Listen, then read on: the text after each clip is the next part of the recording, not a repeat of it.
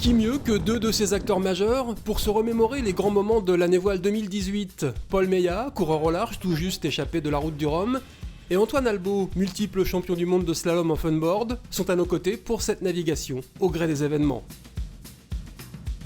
C'est parti. On pourrait croire à une anomalie du calendrier, mais il n'en est rien. Car saison des records oblige, le long fleuve de l'année voile 2018 prend sa source en 2017. Nous sommes à Brest, où le 17 décembre, un surdoué du bateau à voile a sérieusement repoussé les limites de la performance en solitaire. Le petit bleu là, c'est nous. La ligne rouge, c'est l'arrivée. Je peux donner à couper la ligne à plus de 30 nœuds. C'est bon là. Du haut de ses 34 ans, François Gabard vient d'effectuer le tour du monde en 42 jours, à peu de choses près, une semaine de moins que le record de Thomas Coville, établi un an plus tôt. Ce bateau-là, il ne l'avait pas depuis très longtemps. Il avait fait quelques courses en solo, il n'en avait pas fait beaucoup. Et il part sur le tour du monde et puis il bat le record, quoi. Tout simple. Enfin, c'est un peu François, la facilité qui ressort du truc alors que c'est extrêmement dur, quoi. Moi, je trouve que c'est grandiose, surtout être seul en plus, parce que quand tu es seul, tu peux te parler qu'à toi-même. Je pense que mentalement, il faut vraiment être super fort. Donc, c'est un exploit total. Dans la galaxie du Grand Large, d'autres vaisseaux sont en orbite autour de la planète Mère depuis près de 3 mois. 7 équipages qui bataillent avec acharnement sur le parcours le plus long jamais proposé en 44 ans d'existence de l'épreuve, 45 000 milles nautiques, soit 83 000 km pavés d'une multitude d'embûches. Voilà le programme démentiel de la Volvo Ocean Race, course autour du monde avec escale, course de légende, et n'ayons pas peur des mots, course de galériens. Je trouve ça tellement dur. C'est vraiment des machines à casser un peu de l'humain, quoi. Et il faut vraiment être extrêmement solide. C'est comme les sport co, quoi. Vraiment, sauf que là, ça dure 1 an, quoi. Il n'y a aucune autre compétition au monde qui dure 1 an comme ça. Mais ça donne envie d'aller essayer quand même un jour, voir ce que c'est quand même. Au total, 77 marins sont engagés sur cette 13e Volvo Ocean Race et suite à une règle de mixité entrée en vigueur sur cette édition, 22 femmes ont pu embarquer sur les différents bateaux. À bord de Dongfeng Race Team, bateau pavillon chinois mais avec un fort accent français, Charles Caudrelier, le skipper, s'est entouré entre autres de sa compatriote Marie Rioux et de la néerlandaise Caroline Brouwer, toutes deux issues de la filière olympique. En ce début d'année 2018, après 3 étapes, l'équipage de Charles Caudrelier ne compte aucune victoire sur les parcours roturiers, mais occupe la 2e place au classement général. Restent 8 courses à disputer pour inverser la tendance et prétendre à la victoire finale. Entre les navigations au long cours de la Volvo Ocean Race et les régates à la journée des séries olympiques, c'est sûr, il y a des océans de différence. Cependant, il est toujours question du même sport avec un même but, aller au bon endroit d'un plan d'eau, tout en composant avec le vent. Encore marqué des stigmates de la violence de l'ouragan Irma, Miami, revenu à des jours meilleurs, accueille une étape des World Cup Series, un premier test important pour les équipes de France de voile. C'est un petit peu la reprise de la saison pour tout le monde, donc ça fait plaisir de venir naviguer ici dans des eaux un peu plus chaudes qu'en France pour se remettre dedans et préparer la saison de la meilleure des manières. Et fin janvier en Floride, autant que le soleil, c'est la planche à voile tricolore qui va briller. En RSX, honneur aux dames, Hélène Noesman va chercher la victoire dans le dernier bord de la Medal Race qu'elle remporte brillamment. Chez les hommes, Louis Giard, à l'aise sur ce terrain de jeu technique et déjà vainqueur ici l'an passé, récidive. C'est super de gagner cette compétition. Maintenant, les gros objectifs sont plutôt à venir, notamment avec le championnat du monde au Danemark au mois d'août. C'est vraiment l'épreuve principale de l'année, donc je vais me préparer vraiment dur dans les prochains mois pour arriver au top sur cette compétition. 2 médailles d'or, auxquelles s'ajoute, toujours en RSX, une médaille de bronze pour Pierre Lecoq. Une 4e médaille, en argent celle-ci, viendra du 4,70 masculin et d'un duo prometteur associant Kevin Péponnet et Jérémy Mion. On est super heureux du résultat. Ça fait très peu de temps qu'on navigue ensemble, à peine 6 mois. On est confiant pour la suite de la préparation olympique. Et on va enchaîner tout le reste de la saison à fond. Et donc, à bon entendeur, rendez-vous un peu plus tard dans la saison. Question saison justement. Pendant que dans l'hémisphère nord, l'hiver cède tout doucement la place au printemps, dans l'hémisphère sud, sous les latitudes australes, c'est l'automne qui va succéder à l'été. En Nouvelle-Zélande, à Auckland par exemple, où les concurrents de la Volvo Ocean Race sont quasiment arrivés à mi-course. Les Espagnols de Mapfre sont les leaders du classement général depuis la deuxième étape, suivi de Dongfeng Race Team, le bateau chinois mené par Charles Caudrelier. Aujourd'hui, on est 5 points derrière Mapfre. Là, on va attaquer une étape importante de la Volvo, une étape dure, une étape difficile. C'est aller naviguer dans le sud et passer le Cap Horn. Donc c'est le rêve de tout marin, mais ça peut être aussi un cauchemar pour ceux qui y ont déjà été. On est prêt pour ça et c'est important. Et voilà. Mais il ne faut pas oublier aussi que ça peut être une étape dramatique. Si on casse quelque chose, il faut savoir manager, faire la bonne balance entre la performance et la sécurité des hommes et du bateau. C'est pas toujours facile dans le sud. Avant le départ d'Auckland en direction d'Itajaí au Brésil, tous les marins interrogés insistaient sur la dimension exceptionnelle à tout point de vue de cette étape dans le Grand Sud. Et il faut bien admettre qu'ils avaient raison. Marqué par la tragique disparition en mer de John Fisher, équipier de Sun Unkai Scallywag, ce parcours aura été le théâtre de multiples rebondissements. Seuls 2 bateaux sont épargnés, Team Brunel qui fait la course en tête et Dongfeng Race Team qui accuse un retard d'une 50aine de milles au passage du Cap Horn. À l'arrivée au Brésil, Team Brunel résiste au retour de Dongfeng et s'impose de 15 minutes après 7600 milles. Distancés suite à leur avarie de grand voile, les Espagnols de Mapfre lâchent les commandes du classement général au profit de l'équipage de Charles Caudrelier pour un tout petit point. Ce point, il sera. Je pense qu'à un moment donné, quand on voit comment c'est serré, il est possible qu'il soit vraiment important. 9800 km environ, la distance qui sépare Itajaí de Concarneau, de sa ville close et de ses 19 Figaro Beneteau. Comme tous les 2 ans à pareille époque, la Transat AG2R La Mondiale a pris ses quartiers dans le port breton. Et fort naturellement, à la veille de s'élancer pour une traversée de 3870 milles à destination de Saint-Barthélemy, les marins ont des choses à dire. On a l'expérience de ce genre de course, on se connaît, on connaît le bateau. Après, on est conscient du niveau, on est conscient qu'il y a plusieurs bateaux qui peuvent être devant. Donc voilà, on est déterminé, prudent évidemment, mais on est content de partir en tout cas et puis d'essayer de tout faire pour batailler devant et d'arriver en tête à Saint-Barth.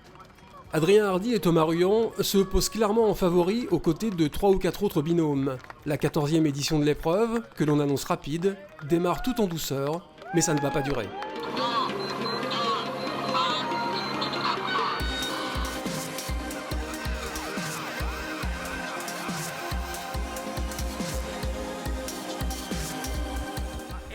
Au menu, ça allume et ça allume. La tartine sur Sportfit Capas Air France. Au 6e jour, alors que le gros de la flotte fait route au sud, un petit groupe de bateaux est parti plus au nord, ce sont les leaders. On est en approche de La Palma, l'île des Canaries, avec un waypoint à passer, à contourner. On n'est que 3 bateaux. 3 bateaux, on est la West Coast. Sébastien Simon et Morgan Lagravière mènent la danse devant les duos Marchand-Loison et Hardy Ruyant. Dans un alizé qui semble bien installé, le trio de tête va croiser devant le peloton, et il y a fort à parier que le futur vainqueur se trouve parmi ces 3-là. Hardy et Ruyant décident alors de changer de cap et de piquer vers les Antilles. On a encore 4 bateaux à pouvoir gagner. Bon, ce qui est bien, c'est qu'on est quand même en tête en distance au but et on est plutôt bien positionné pour ce qui va se passer. Avec Thomas, on est à fond sur l'objectif qui est de gagner. Et puis on espère qu'on aura une fin sympa. On sera un petit peu aidé par les grains et tout ça. Nous sommes au 10e jour de course, Hardy et Ruyant s'installent en tête de la flotte pour ne plus jamais la quitter. Le duo atterrit sur Saint-Barth en un peu moins de 18 jours et demi, établissant un nouveau temps de référence sur le parcours. C'est une vraie satisfaction là, que de finir avec le bateau en première position. C'est vraiment... On avait vraiment les crocs pour aller chercher cette victoire, rien lâcher, et faire les coups qu'il fallait, trouver la trajectoire qu'il fallait pour gagner la course. C'est un peu la victoire aussi du panache, quoi, parce que pour être devant, à un moment donné, il faut prendre ce petit risque, et qu'ils ont vraiment su faire, puisqu'ils ont toujours gardé leur stratégie au nord un peu plus que les autres. Et ouais, non, c'était une belle course avec que du portant en plus, donc ils ont dû s'amuser vraiment comme des fous, parce que ces bateaux-là sont quand même sympas. Et je suis très content pour Thomas et Adrien. Sébastien Simon, Morgan Lagravière 2e et Gilles Damaey, Nicolas Troussel 3e complètent le podium de la Transat AG2R mondiale, la plus rapide depuis sa création. Au printemps 2018, ce n'est rien de dire que les événements nautiques se télescopent un peu partout sur les mers du globe. En Méditerranée, c'est l'an 1 de Nice Ultimed, nouvelle course en équipage réservée aux multicoques de la classe 32-23, comme 32 mètres de long par 23 mètres de large, autrement dit, les ultimes. Le trimaran d'Armel Lecléache ayant chaviré quelques jours plus tôt, et celui de François Gabard étant en chantier, on craint que l'événement pâtisse du petit nombre de participants. Mais on se trompe, entre ses régates import et son parcours au large, Nice Ultimed se révèle être un véritable succès populaire. Le stade nautique, là, juste devant, de cette ligne de départ au pied de la corniche, là, moi je trouve ça génial. J'adore, enfin, le côté partage, de montrer nos bateaux, d'avoir des gens qui viennent nous voir et qui voient les bateaux régatés. En vrai, moi, je trouve ça extraordinaire, moi, ça me plaît énormément. La compétition, elle, se résume pour l'essentiel à une joute très serrée autour de la Sardaigne et de la Corse entre Thomas Coville et Francis Joyot. Duel qui tournera finalement à l'avantage du skipper de Sodebo Ultime, lui aussi emballé par l'idée de venir ici plus souvent. Il y a une place à prendre dans la course au large aujourd'hui et notamment dans la course au large en équipage. Et c'est ça qu'on ambitionne de faire avec Nice ici, sur plusieurs années, avec plus de bateaux encore, un plateau qui va être incroyable. En Méditerranée toujours, les World Cup Series disputées ailleurs coïncident avec le 50e anniversaire de ce site incontournable de la voile olympique. Faut-il y voir un lien de cause à effet ? Allez savoir. Toujours est-il que les équipes de France s'illustrent de la plus belle des manières en décrochant 7 médailles. Jean-Baptiste Bernaz a ouvert le bal en remportant l'or en laser. Il se voit aussi récompensé d'une belle persévérance. Ça fait maintenant 13-14 ans que je fais la semaine olympique française, et, enfin la World Cup. Et c'est la première fois que je suis sur le podium, donc, et en plus la victoire, donc c'est un honneur de gagner à la maison et ça me fait beaucoup plaisir de faire ça devant mon public et devant les Français. Le lasériste est imité en 4,70 féminin par Camille Lecointre et Aloïse Retornaz. Il n'aura fallu que 3 mois d'entraînement et 2 régates seulement au couple récemment formé pour se hisser au sommet de la hiérarchie mondiale.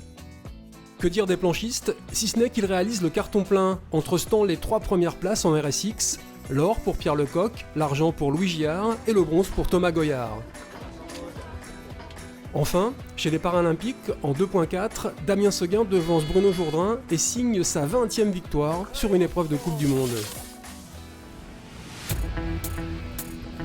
Yokosuka, Japon, l'une des 2 étapes asiatiques du PWA World Tour, circuit cher à une icône du funboard. Super content de gagner ici l'épreuve de slalom, surtout que c'est la première épreuve de l'année. Donc c'est vraiment extraordinaire d'être sur la première place ici.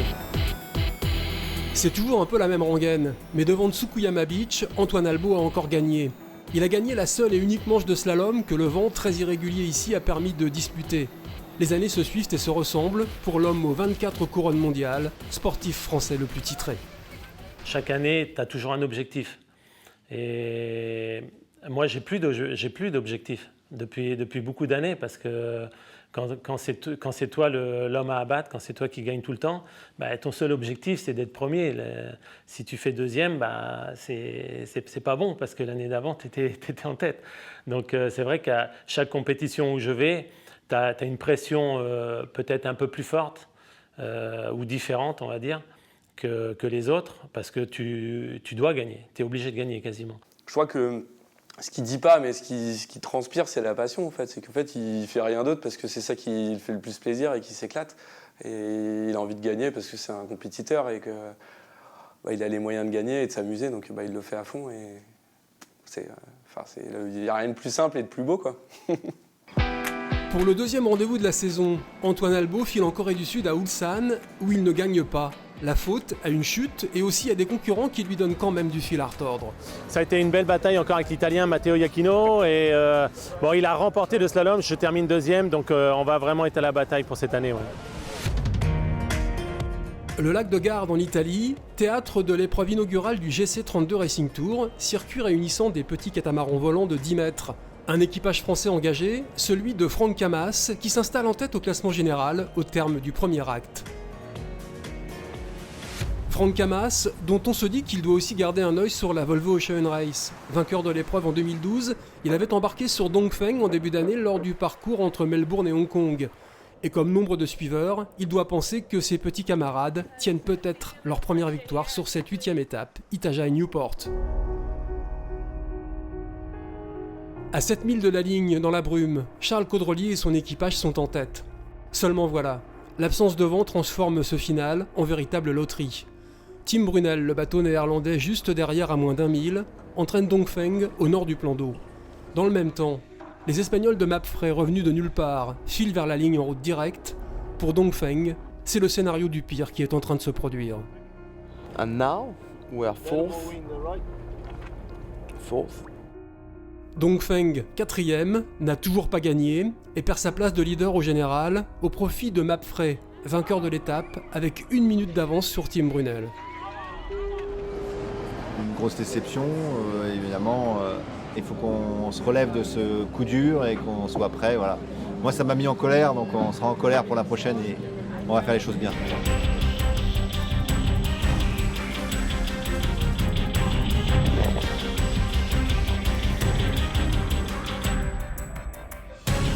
Charles Caudrelier et son équipage ne gagneront ni la 9e étape entre Newport et Cardiff, ni la 10e de Cardiff à Göteborg.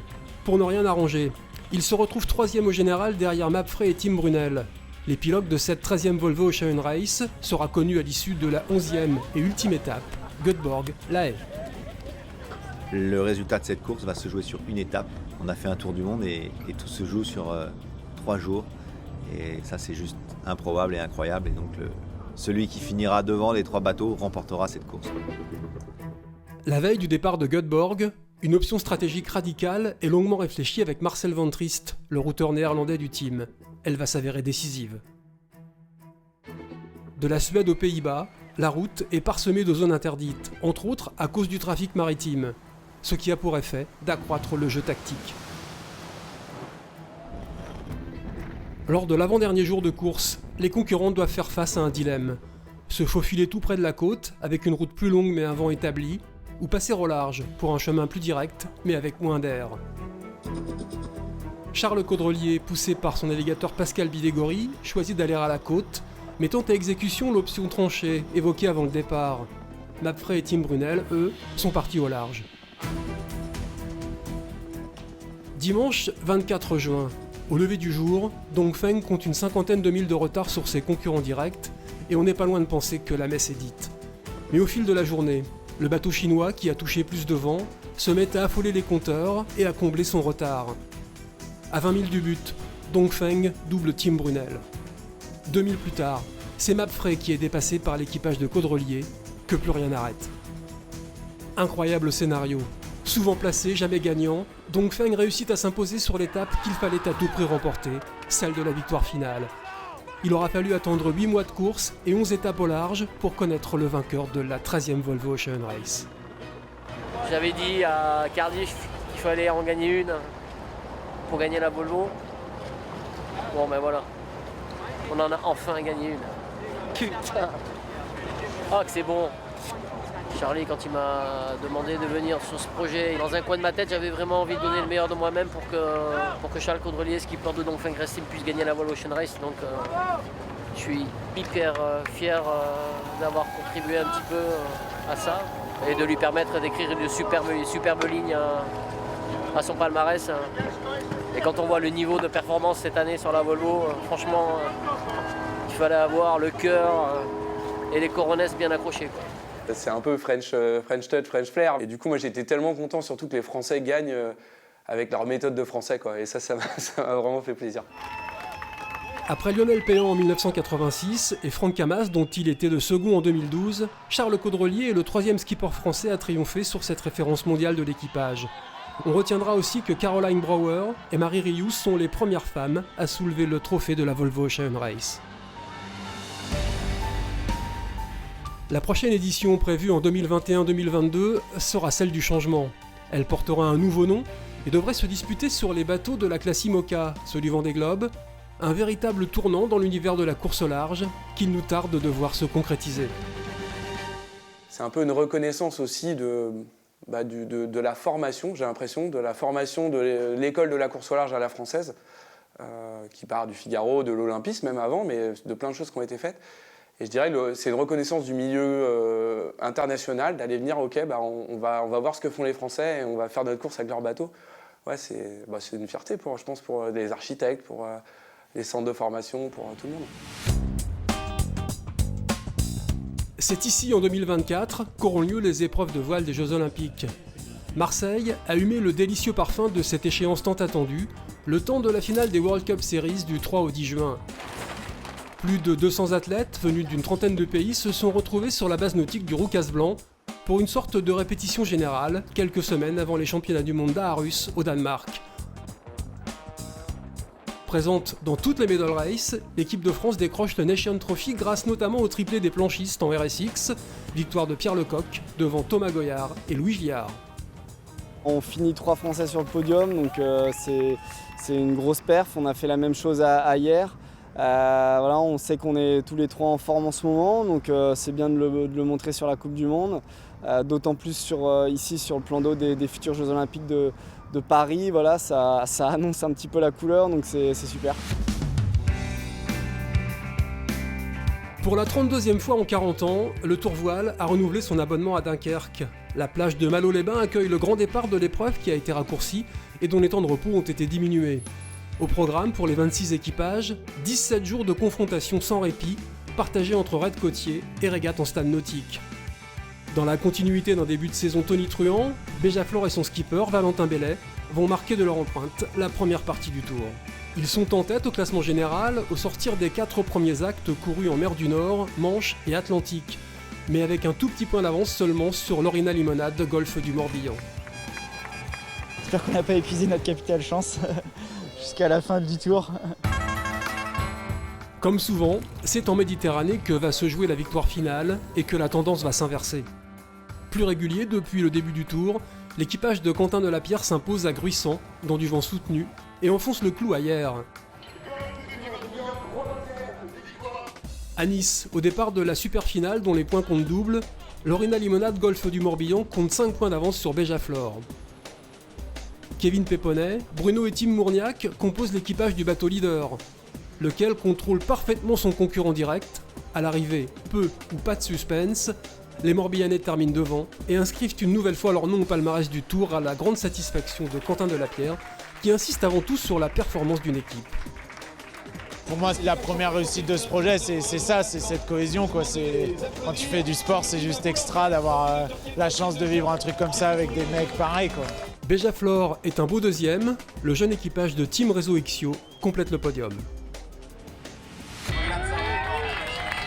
Campia do Mundo, Delphine Cousin qui coiffe la couronne mondiale pour la 3e fois, c'est du funboard et ça s'est passé sur le PWA World Tour à Viana do Castelo, au Portugal.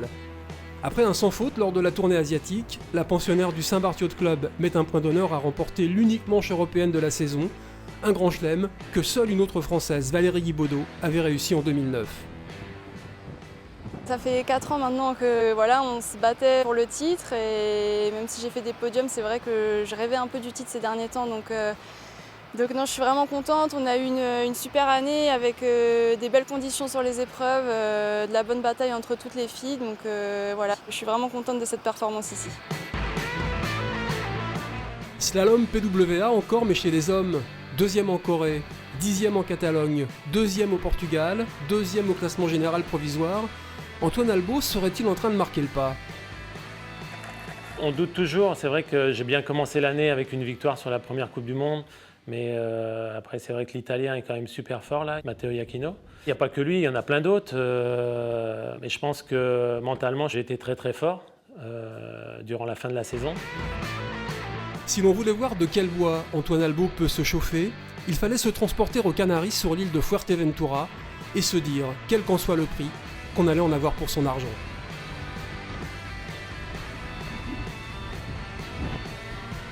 Quatre manches disputées et 4 victoires, ce qu'on appelle remettre les pendules à l'heure avec son concurrent direct, l'Italien Matteo Iachino. On est ex-aequo en nombre de points, mais on est départagé, donc il est toujours premier, je suis 2e. Donc tout va se jouer en Allemagne à l'épreuve à Sylt, où celui qui va faire devant l'autre va gagner le titre de champion du monde.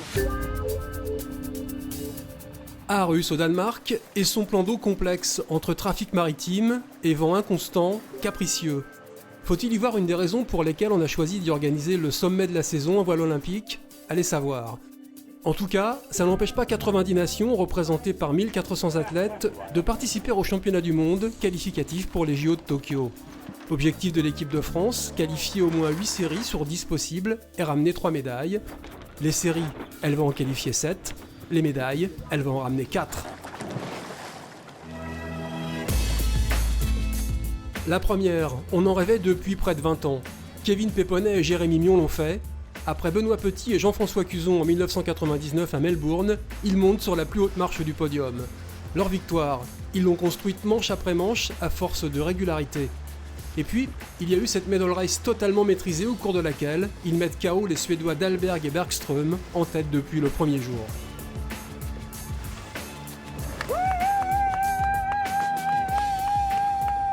Cette manche a été incroyablement serrée. Voilà, tout le monde, on était 6 ou 5 à pouvoir monter sur le podium.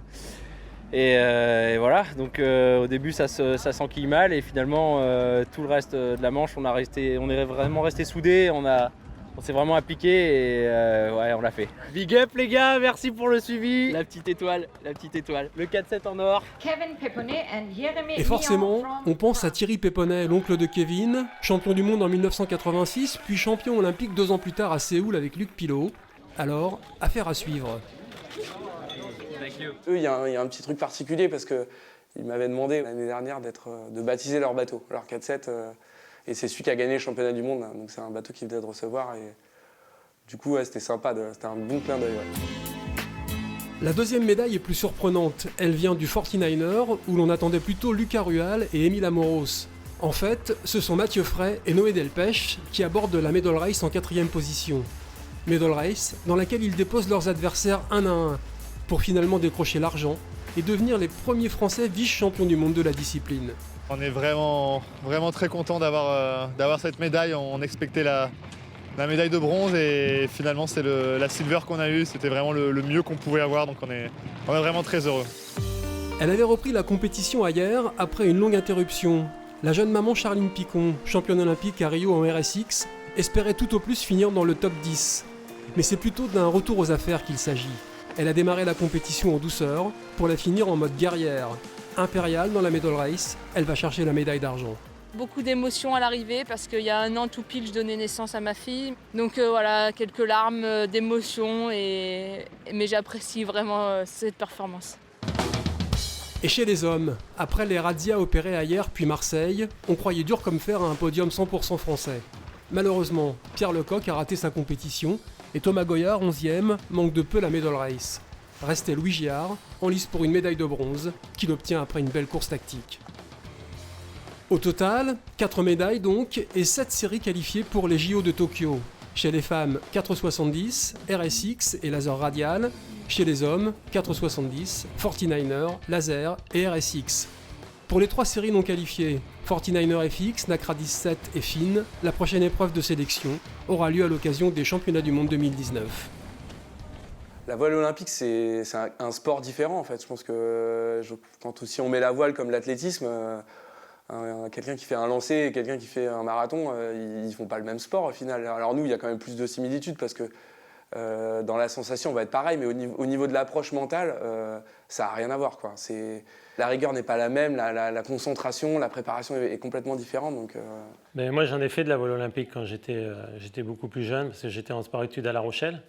Donc, je dis toujours, j'étais à l'école de la planche à voile, parce que c'est vraiment là où tu apprends toutes les bases de la voile.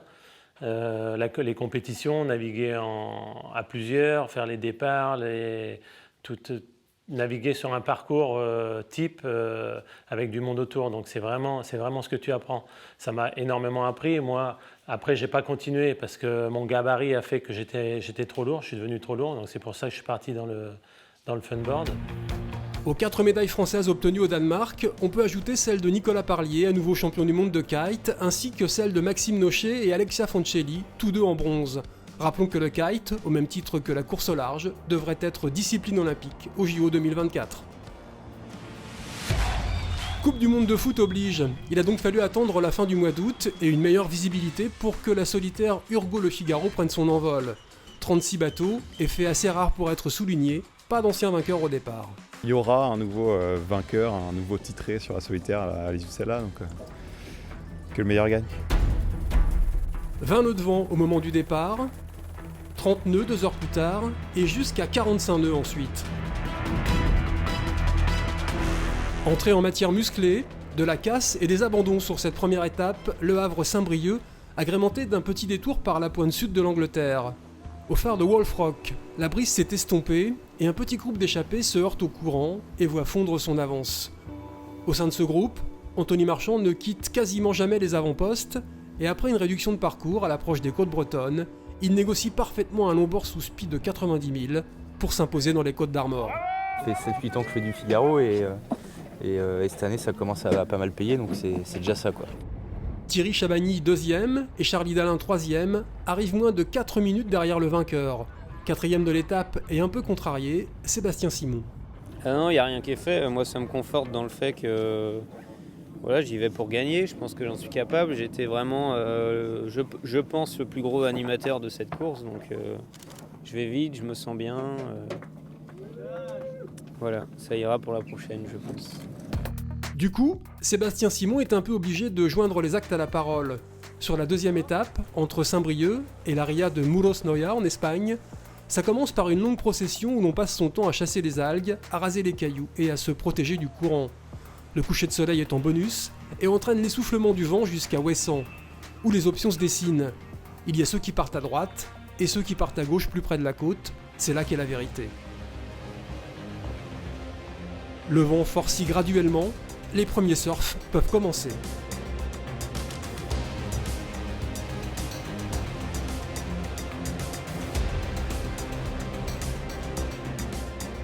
Le golfe de Gascogne est avalé en 36 heures. Très rapide au portant, Sébastien Simon a été le premier à se recaler sur la route directe. Il avait dit ce qu'il ferait, il a fait ce qu'il a dit, et l'emporte dans la nuit espagnole.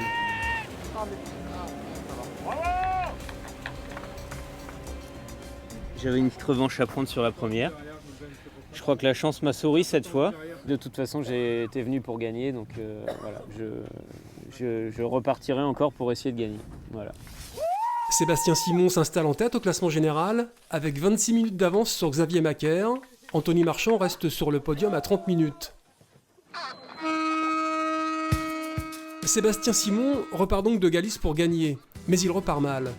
Il sortira de la baie de Muros Noia en 35e position, avant de remonter la moitié de la flotte et de grignoter encore toute la nuit suivante. 24 heures après le départ, dans le golfe de Gascogne, on fait des rencontres extraordinaires.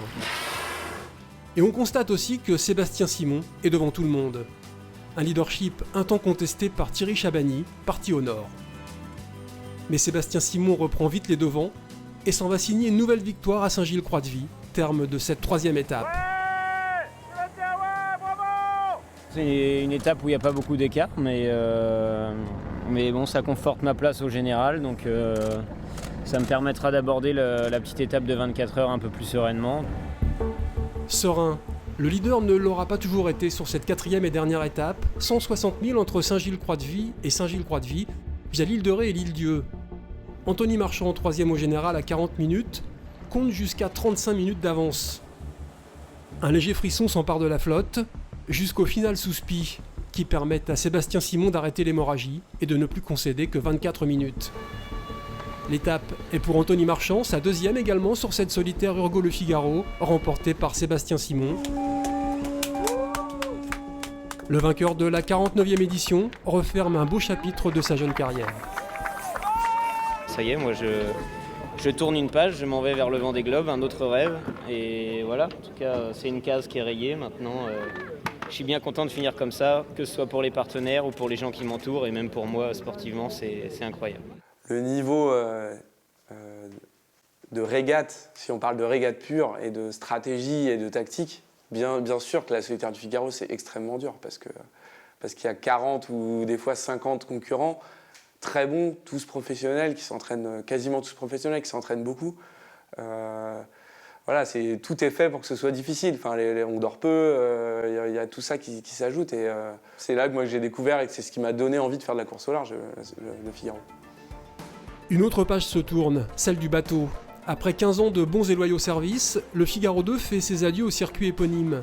Place à la version 3, premier monocoque à foil de série, jamais imaginé.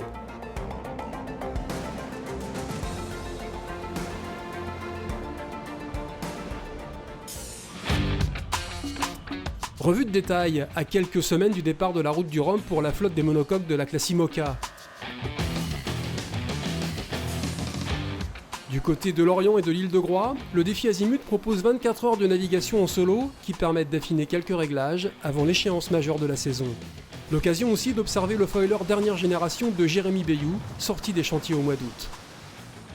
C'est vraiment un test de navigation dans la brise en solitaire, ce que j'ai pas du tout fait avec Charal pour l'instant. On a encore un peu de temps avant le gros examen qui est la route du Rhum pour apprendre à se servir de son outil. Donc c'est ce time-là qu'on s'est fixé avec Charal et le défi Azimut tombe à point nommé pour le respecter. Et les runs de vitesse, dominés par Jérémy Bayou, ont clairement donné un bel aperçu du potentiel de cette nouvelle bête de course. Zilt, la plus septentrionale des îles allemandes de la mer du Nord, octobre 2018. J'ai réussi à faire une super finale ici à Zilt, donc en terminant deuxième, donc ce qui m'a permis de prendre la tête. Donc un 25e titre, c'est énorme, juste énorme. 25 fois champion du monde, qui dit mieux? Dans le sport français, ne cherchez pas, aucun autre athlète ne peut se prévaloir d'un tel palmarès. Lors de l'épreuve finale du circuit PWA, Antoine Albo, 46 ans, coiffe sur le poteau l'Italien Matteo Iachino de 17 ans son cadet. Sur les 13 dernières saisons, seuls 2 titres mondiaux en slalom lui ont échappé. Est-ce que vous vous êtes fixé une date, un âge pour arrêter la compétition? Ouais, un âge pour arrêter la compétition? Pas vraiment. Ça fait plusieurs années où je me dis, je refais une saison, on verra après. Je discute aussi beaucoup avec mes sponsors et je leur ai dit, qu'est-ce que vous voulez que je fasse l'année prochaine, en 2019. Et ce qu'ils m'ont dit, ils m'ont dit qu'il fallait que je continue, quoi. Donc c'est difficile d'arrêter, mais j'ai pas envie d'être sur le tour à 50 ans, ça c'est sûr. Mais ouais, on va voir comment ça se passe.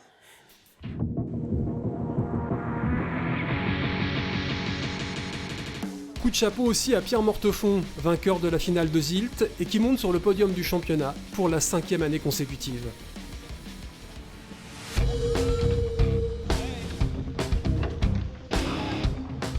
Le GC32 Racing Tour 2018 s'achève lui à Toulon, où la TPM Med Cup marque la fin de la saison. La météo n'a pas toujours été simple, mais a quand même permis le déroulement de 10 régates qui ont donné lieu à une belle bagarre entre l'équipage de Franck Camas et celui du multimédaillé olympique Sir Ben Hensley. Si au final, le Français doit laisser la victoire à l'Anglais, il préserve l'essentiel. Vainqueur en Italie et au Portugal, deuxième lors de la Copa del Rey à Majorque, l'équipage tricolore remporte le titre, son deuxième après celui de 2016.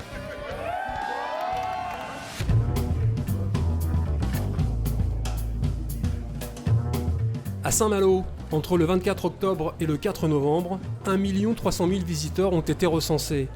Rares sont les événements sportifs qui peuvent prétendre à une telle popularité et susciter un tel engouement. La route du Rhum est de cela. Record de fréquentation, pour un record de participation, 123 bateaux sont conviés à fêter les 40 ans de la Reine des Transats.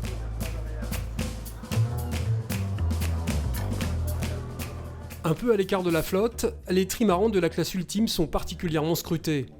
La route du Rhum est un test grandeur nature pour ces multicoques géants équipés de foils, ces appendices leur permettant de s'élever au-dessus de l'eau et de voler littéralement. On se lance aussi un peu dans le vide, c'est la première fois qu'on navigue sur des bateaux volants solitaires au large. L'inconnu, c'est combien de temps on est capable de voler, combien de temps on est capable de gérer le stress. Aller vite, c'est une chose, aller vite jour et nuit, c'en est une autre. En solitaire, il faut se reposer, il faut s'alimenter, il faut naviguer à 40 nœuds, garder cet équilibre et cette stabilité, et ça se joue à quelques degrés sur les appendices.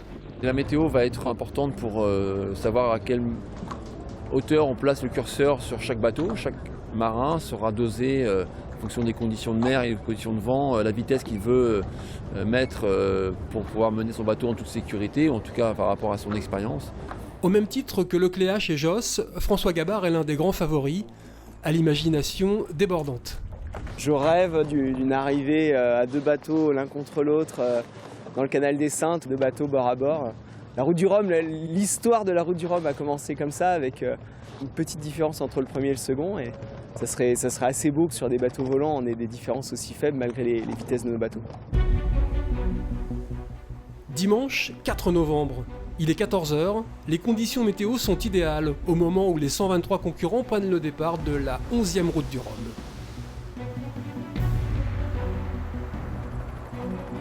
La petite histoire retiendra que Sébastien Josse est le premier à doubler le Cap Fréhel. Mais une douzaine d'heures plus tard, alors qu'il pointe en tête, son bateau subit une avarie majeure.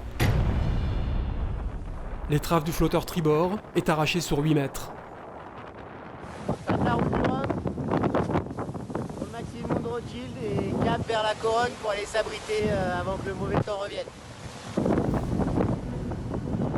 Le lundi 5, à la mi-journée, c'est Thomas Coville qui doit lui aussi se dérouter vers la Corogne en Espagne. Problème de carénage sur le bras de liaison bâbord de son ultime. D'heure en heure, la météo et l'état de la mer se dégradent. Au vu des prévisions, la direction de course avait pris des dispositions afin que les bateaux les moins rapides puissent s'abriter dans les ports les plus accessibles. À bord de son classe 40, Jean Galfionne, l'ancien perchiste, a pris la sage décision de rejoindre Brest. Moi je peux pas aller là-dedans, quoi. Je connais pas assez. Je me sens pas capable de faire les gestes qu'il faut pour. J'ai un gros doute, quoi, en fait. Comme lui, pour s'abriter ou faire une escale technique, une 60aine de concurrents trouveront refuge en Bretagne, en Espagne et au Portugal. Entre-temps, le mardi 6, au plus fort de la tempête, on apprend que c'est Armel Lecléache qui est hors course. À 13h23, le team de Banque Populaire nous signalait que le bateau avait chaviré, que Armel était en sécurité à l'intérieur dans la coque centrale et qu'il récupérait tout son matériel de sécurité et de survie en attendant les secours. Après 5 jours et un enchaînement de 3 dépressions, c'est la moitié de la flotte qui est immobilisée. La régate, elle, ne s'arrête pas. Bonjour, bonjour, bienvenue à bord du trimaran massif. On est dans l'Alizé, ça avance pas mal. Et on a toujours un petit peu d'avance sur Francis. Va falloir tenir à fond la caisse. Allez, ciao, bonne journée. En ultime, avec 140 000 d'avance sur Francis Joyon, François Gabard semble être bien parti pour l'emporter. Au regard de la différence d'âge des bateaux, on est quand même un peu surpris que l'écart ne soit pas plus conséquent, le trimaran de Gabard étant bien plus récent. Chez les IMOCA, le grand animateur de la première semaine s'appelle Alex Thompson. L'audacieuse option ouest, qu'il est le seul à avoir tenté, lui permet d'entrer en tête dans les alizés et d'augmenter son avance jour après jour. But still a long way to go, still 1,350 miles to go. But I plan to take it easy. There's no point in me pushing too hard and breaking something now. I may as well try and consolidate, not push too hard, try and get some rest and not make any mistakes if possible. Derrière, on a de plus en plus de mal à suivre la cadence, mais Paul Meillat surprend avec son bateau à dérive droite car il devance les foilers de Vincent Rioux et de Yann Eliès. C'est vrai que toute la course, ça a été de me dire je me bats, quoi. Je me bats et puis on verra, quoi. On fera le calcul à la fin. Et puis c'est vrai que chaque jour, j'y croyais un peu plus. Je me disais, allez, c'est pas aujourd'hui qu'ils vont passer, mais voilà, ça me surprenait moi aussi. Les arrêts au stand effectués aux Açores par Thibaut Vauchel-Camus, rail de grand voile arraché, et Erwan Leroux, problème de pilote automatique, permettent en multi-50 l'échappée belle d'Armel Tripon, lequel avait fait très tôt le choix d'une trajectoire sud un peu plus longue, mais moins exigeante pour son bateau.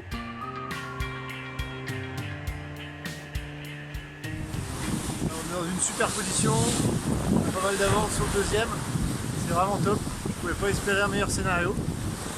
Et on va essayer de faire durer tout ça jusqu'au bout.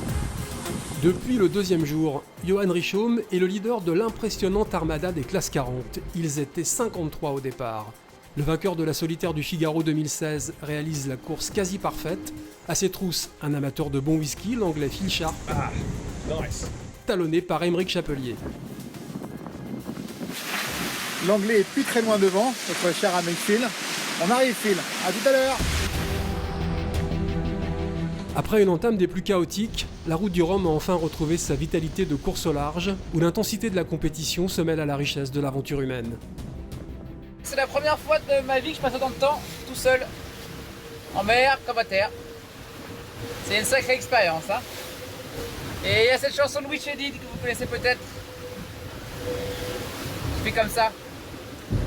On ne dit jamais assez aux gens qu'on aime, qu'on les aime. On ne dit jamais assez que sans eux, sans elles, on ne serait pas la moitié de nous-mêmes. Voilà, je vous aime les amis. Depuis un petit moment, la question revenait sans cesse. Pourquoi François Gabard et son trimaran né en 2015 ne sont pas parvenus à distancer plus largement celui de Francis Joyon, sorti des chantiers en 2006 ? Le 11 novembre, 7 jours après le départ, la réponse nous est apportée à la vue des premières images lorsque François Gabard double la pointe nord-ouest de la Guadeloupe. Son bateau ne dispose plus de foil tribord et de safran bâbord, et ce apprend-on depuis les premiers jours de course. Voilà qui explique aussi qu'à 50 000 de l'arrivée, Francis Joyon a quasiment comblé son retard. Pour son 40e anniversaire, il était écrit que la route du Rhum devait nous offrir un incroyable final. Ça se passe pas trop mal au début, un petit peu d'avance, pas beaucoup, et puis après je suis resté empétolé. C'est un classique, hein, c'est le Tour de la Guadeloupe. Francis Joyon est revenu à moins d'1 mille de François Gabard. Le passage de la bouée de Basse-Terre oblige à manœuvrer dans des conditions délicates, mais le skipper de Massif retrouve un peu d'air. J'arrive à m'en sortir quand même devant, pas de beaucoup, mais juste devant. Et là, après, dans la dernière petite mistoufle entre les Saintes et la Guadeloupe, je suis resté dans un trou de vent un petit peu plus longtemps. Une porte s'est entrouverte et Francis Joyon s'y engouffre. J'étais à batailler, mais sans réussir à passer François. Ça s'est vraiment fait sur la remontée du canal des Saintes. Après, j'ai collé à la côte pour réussir à ne pas être pris dans le courant descendant. Et de ce fait, je me suis retrouvé dans une position complètement différente de François. Et c'est un petit peu ça qui a fait que j'ai pu repasser devant. À 10 000 de l'arrivée, Idexport semble filer vers la victoire, mais Massif, 3 tonnes plus léger, recolle. Joyon est le premier à effectuer l'ultime virement. Gabard tarde un peu. C'est terminé. Avec 7 minutes d'avance, Francis Joyon, 62 ans, remporte la 11e route du Rhum, l'une des plus difficiles de son histoire. C'est vrai qu'on a eu un départ de vrai mauvais temps et après le fait de tactiquer avec François, c'était passionnant aussi. Non, c'était vraiment une course extraordinaire, oui. En 7 jours et 14 heures, Francis Joyon établit un nouveau temps de référence, après avoir doublé François Gabard à seulement 27 000 de l'arrivée. C'est une belle seconde place, j'en suis super content. Parce que c'était pas simple, évidemment c'est pas une victoire. Que ce qu'a fait Francis c'était super et que j'ai vécu des émotions à tout niveau jusqu'au bout qui sont probablement aussi fortes que si j'avais gagné. Donc ouais, c'est une belle, très très belle seconde place et je suis super content.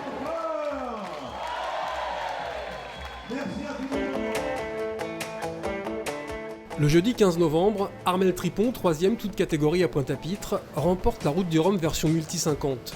Son arrivée précède d'une journée celle du premier bateau de la classe IMOCA, tout du moins le pense-t-on. Car dans la nuit, Alex Thompson, auquel la victoire était promise, s'est échoué au nord de la Guadeloupe. Et pour s'extraire des rochers dans lesquels son bateau était coincé, il lui a fallu démarrer son moteur. Ce qui lui vaut, la ligne à peine franchie, d'écoper d'une pénalité de 24 heures. How do I feel about that? Well, I think that's very fair, because I don't feel like I should win the race after hitting Guadeloupe. Quelqu'un qui s'endort et qui va à la côte, malheureusement, c'est quelque chose qui est déjà arrivé dans beaucoup de courses. Sur la solitaire du Figaro assez fréquemment, en IMOCA rarement. C'est aussi révélateur peut-être de la dureté de la course. Mais voilà, c'est malheureusement une erreur je dirais qu'on peut tous faire un jour, quoi. Et donc beaucoup d'humilité et de respect par rapport à la personne, quoi.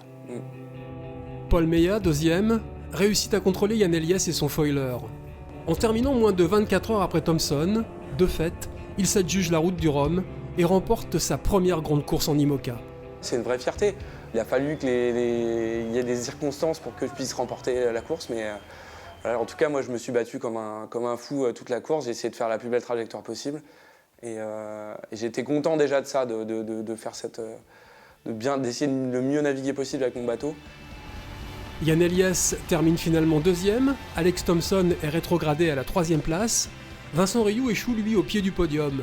Privé de centrale de navigation et donc d'informations relatives au vent, il arrive épuisé et craque littéralement. Je suis content d'être arrivé, je suis content que le calvaire se termine quand même, parce que là ça a été hyper rude. Excusez-moi. Voilà.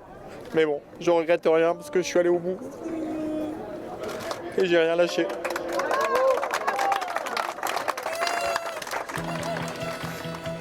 En IMOCA toujours, coup de chapeau à Damien Seguin. Le triple médaillé paralympique, né sans main gauche, termine 6e sur 15 bateaux classés au final.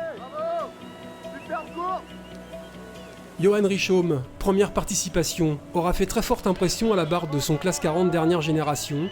Vainqueur de la Route du Rhum dans sa catégorie, il a quasiment mené la course, de bout en bout. Pierre-Antoine, lui, s'impose en Rhum multi, non sans avoir secouru la Loure au Quérol, victime d'un chavirage.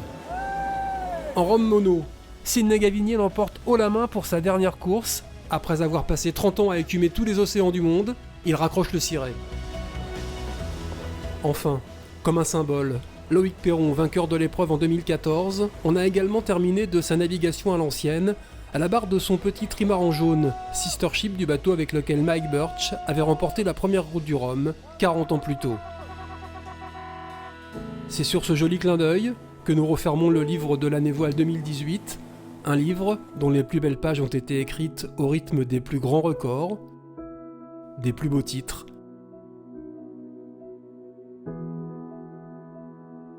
et des plus incroyables victoires.